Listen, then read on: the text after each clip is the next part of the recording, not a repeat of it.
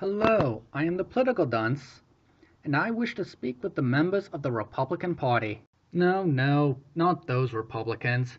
These Republicans. Prior to Election Day, 2016, it appeared dear Goddess Clinton was going to win and be our next president. Both she and the Democrats were alarmed when Donald Trump threatened to refuse to concede to a then inevitable Clinton victory. If I win! That's horrifying. Then the unthinkable happened. Were the Democrats holding themselves to the same standard that they held Donald Trump to? Tiny Snape is right. While Hillary herself did officially concede, many Democrats were not as eager to do the very thing they expected out of Trump. The Democrats were prepared to blame just about anything. Fake news, Bernie Sanders, millennials. Never once did they contemplate taking V's advice. But the one entity that appeared to take the blame cake was Russia, followed closely by Darth Comey. Anything to keep the news on Russia, the Clintonal would do. Trump was depicted as a Russian spy, as someone being blackmailed by Putin, and as head of an administration literally about to implode. It was Russia this, Russia that, Russia. Don't get me wrong, I'd love for anything to dethrone Darth Sessions from the seat of a U.S. Attorney General. The chief reason why Russia is bearing the brunt of the blame is due to allegedly interfering with our election. Say Russia hacked the election. Fine, Russia hacked the election. Are you happy, Mom? Next question. Actually, there is no evidence that Russia hacked the election. There are Russian fingerprints found in the hack of the DNC, which widely credited for influencing the election. SNL, I love watching you at times, but there is a difference between hacking the election itself and influencing the election. You don't want to mislead your audience, otherwise... You are fake news, sir. So, did Russia hack the DNC? Well, I'm gonna go out of my way and admit that... We don't know. On one hand, you have the Russian fingerprints and the mainstream media reporting that that is what the intelligence communities have concluded.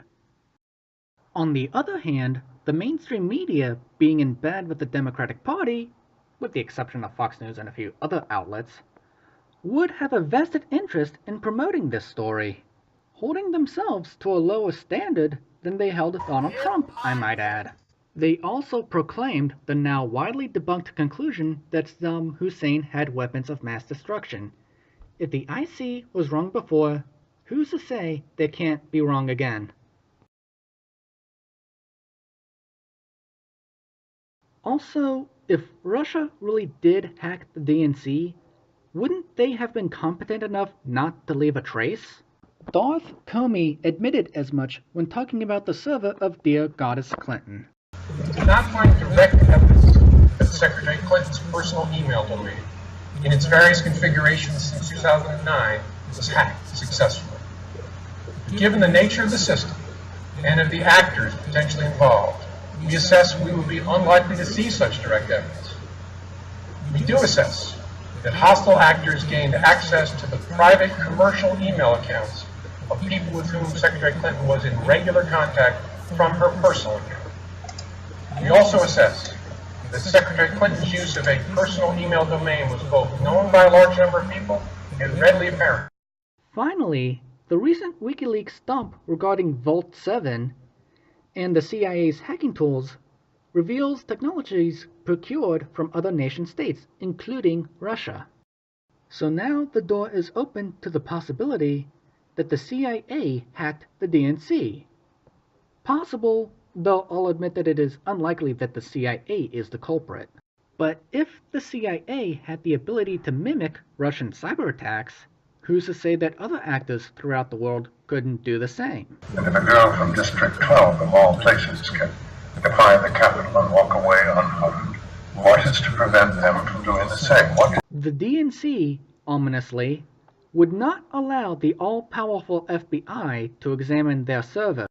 Now, even Democratic lawmakers are getting ready to admit that they may not find the smoking gun they are looking for.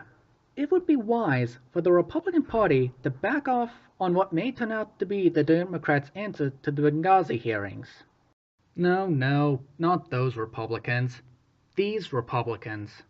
If Democrats fail to present more substantial evidence, they'll need to back off Joseph McCarthy, especially with new polls showing them with even less popularity than Trump and Pence. Even dear Goddess Clinton currently has higher unfavorability ratings than President Trump. The Democrats may finally be forced to or they could keep blaming the director of the all-powerful FBI. I'm sure he could be blamed for what happened in 2010 and 2014 as well.